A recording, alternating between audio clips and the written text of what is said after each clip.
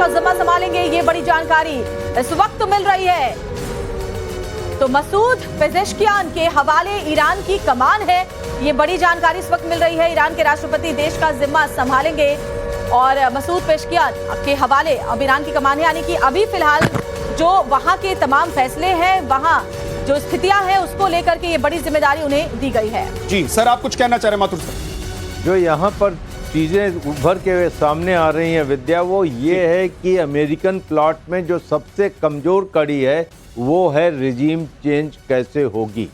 और इसके अंदर बहुत सारे एजम्पशंस मोसाद और CIA ने कर लिए थे कि अगर खामेनेई मारे जाते हैं, लोग सड़कों पे उतरेंगे और अपने आप चेंज हो जाएगा। एक सत्ता जो पिछले 40 सालों से वहाँ काबिज है और वो काम कर रही है, उसको बदलने का कोई सही प्लॉट नहीं है। अमेरिका किसको लेके जाएगा?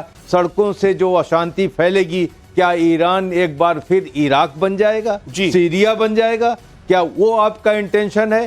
यहाँ पर ये प्लॉट सबसे कमजोर है। राठौर सर, एक चीज और कि क्या खोमेनी की जो आइडियोलॉजी थी उसका अंत भी आप देख रहे हैं? ये खत्म खोमेनी की आइडियोलॉजी नहीं है। ईरान के लोग धार्मिक हैं और वो धार्मिक सत्ता है। उन्होंने कुछ ओवरडू जरूर किया, कुछ ज्यादतियां जरूर की लोगों के ऊपर, और अभी हमने देखा था कि बहुत सारे लोग मारे गए थे।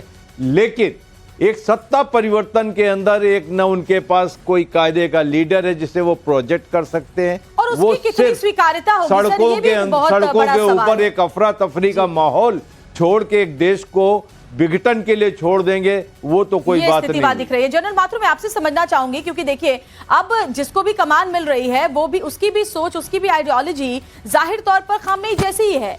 तो क्या सेम सोच को लेकर के अमेरिका एक्सेप्ट करेगा? और अगर अमेरिका अपनी सोच के अपने प्रो किसी को बिठाता है जो कि उनके हिसाब से किसको कितना तेल बेचना है, कैसे वहां शासन होगा, ये सब स्ट्रैटेजीज निर्धारित करे, तो वहां के आम लोग उसे स्वीकार कर पाएंगे? इसलिए अभी बहुत बड़ा चैलेंज है वहां। तो सही कह रही हैं आप। देखिए क्या होता है कि किसी भी विचारधारा को खत्म करना आसान नहीं होता। यही बात मैं कह रहा था कि न केवल वहां पर वही विचारधारा रहेगी, लेकिन उसको मुझे लगता है कि वो लोग, उन लोगों को, अमेरिका को जवाब देने के भी उनकी एक उत्तरदायित्व रहेगा, पहली बात। लेकिन जो मैं बताना चाह रहा हूं वो ये है कि आपकी विचारधारा कोई भी हो, आप पूरी फ्रीडम मेरे हिसाब से है, लेकिन आप death to America, death to Israel, या फिर ये कहें कि भाई इजराइल को विश्व के मानचित्र पर रहने का हक नहीं है, तो जब इस प्रकार की एक्सट्रीम आपकी विचारधारा सोच हो जाता है, उसके साथ परेशानी होनी शुरू होती है। और जब इस प्रकार की विचारधारा होती है, तब यह बिल्कुल निश्चित होता है कि कोई भी वेपन ऑफ मास डिस्ट्रक्शन या कोई भी एटॉमिक वेपन उनके पास नहीं होना चाहिए। हालांकि इराक में भी यही हुआ था, कुछ उनको मिला नहीं, ईरान में भी वो यही कर रहे हैं, उनको यहां पर भी कुछ मिलने वाला नहीं है। लेकिन बात ये समझने की है कि किस तरीके से अमेरिका उस विचारधारा को अमेरिका इजराइल के प्रति टोन डाउन, मेलो डाउन कर पाएगा।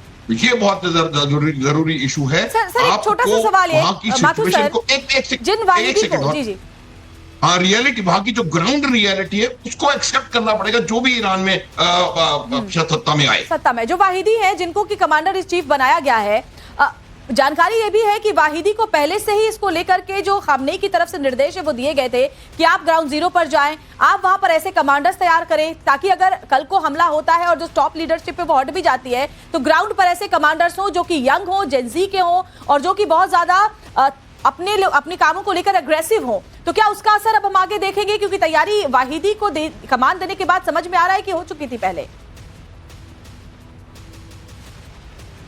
क्या किससे पूछ रही सवाल, श्वेता? माथुर सर से। हाँ, ओके। क्या है? जी सर।